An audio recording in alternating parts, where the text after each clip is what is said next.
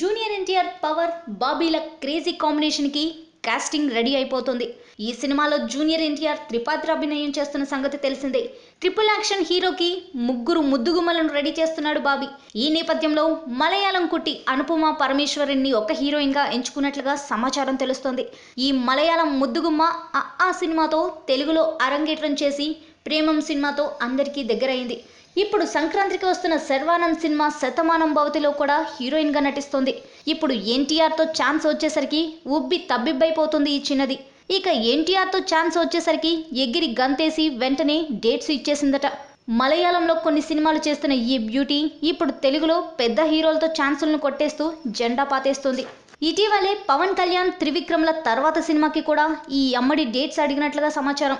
ఇక అనుపమ పరమేశ్వరన్ జూనియర్ ఎన్టీఆర్ పక్కన నటిస్తున్నందుకు చాలా సంతోషంగా ఉందని, దీనికోసం ప్రత్యేకంగా డాన్స్ లో శిక్షణ కూడా తీసుకుంటుందని చెప్తున్నారు.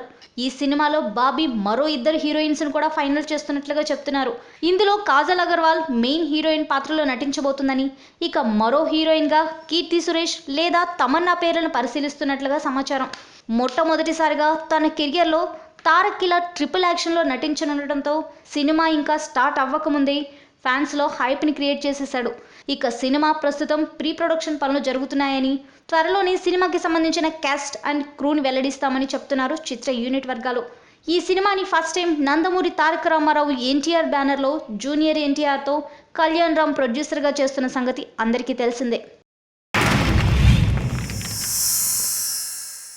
Like and subscribe Eagle Media Works.